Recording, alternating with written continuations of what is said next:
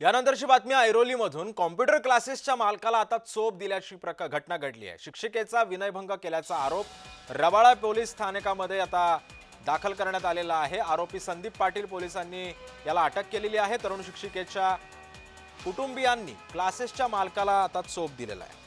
ऐरोलीमधला हा सगळा धक्कादायक प्रकार आहे आणि याच पार्श्वभूमीवरती आता पोलीस ठाण्यामध्ये गुन्हा दाखल करण्यात आला आहे।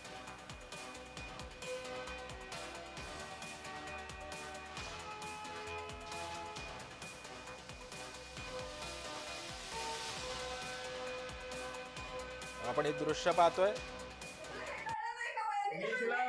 मी तुम्हाला एकदा सांगतो, माझ्या मनात तिच्याबद्दल नाही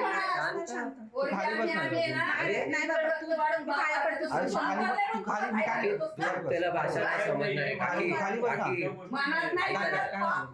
मी पोलिसांना बोलवते ना, तू नको टेन्शन, मी पोलीस इथे बोलवणार आहे। पोलीसला इथं बोलून त्याला न्यायचा खाली, तू ग बस।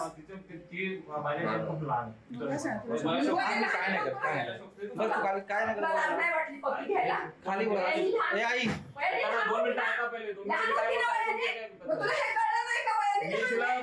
मी तुम्हाला एकदा सांगतो, माझ्या मनात तिच्याबद्दल ते विषय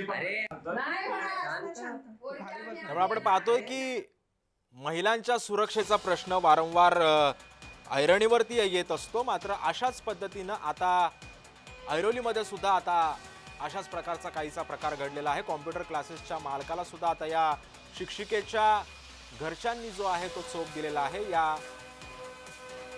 या प्रकरणी आता पोलीस काय कारवाई करतात हे सुद्धा पाहणं महत्त्वाचं असणार आहे। त्यामुळे आता अधिक माहिती देतात आमचा प्रतिनिधी कविता लोखंडे आपल्यासोबत आहे। कविताजी, हा नेमका सगळा प्रकार काय होता आणि आता या संदर्भामध्ये पोलीस कशा पद्धतीने कारवाई करतायत?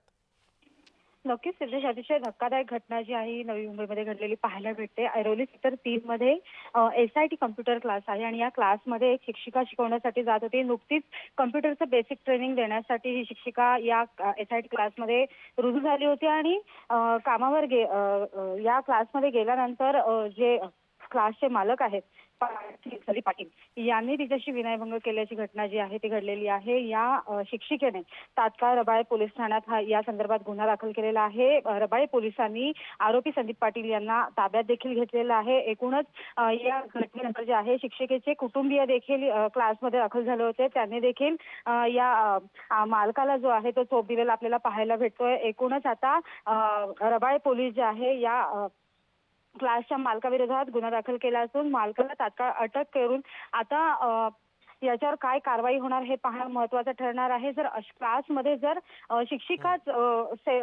सुरक्षित नसतील तर विद्यार्थिनी कशा सुरक्षित असल्याचा प्रश्न देखील आता उपस्थित होताना पाहायला भेटतोय। सिद्धेश, धन्यवाद कविता, तुम्ही दिलेल्या अधिक माहितीबद्दल।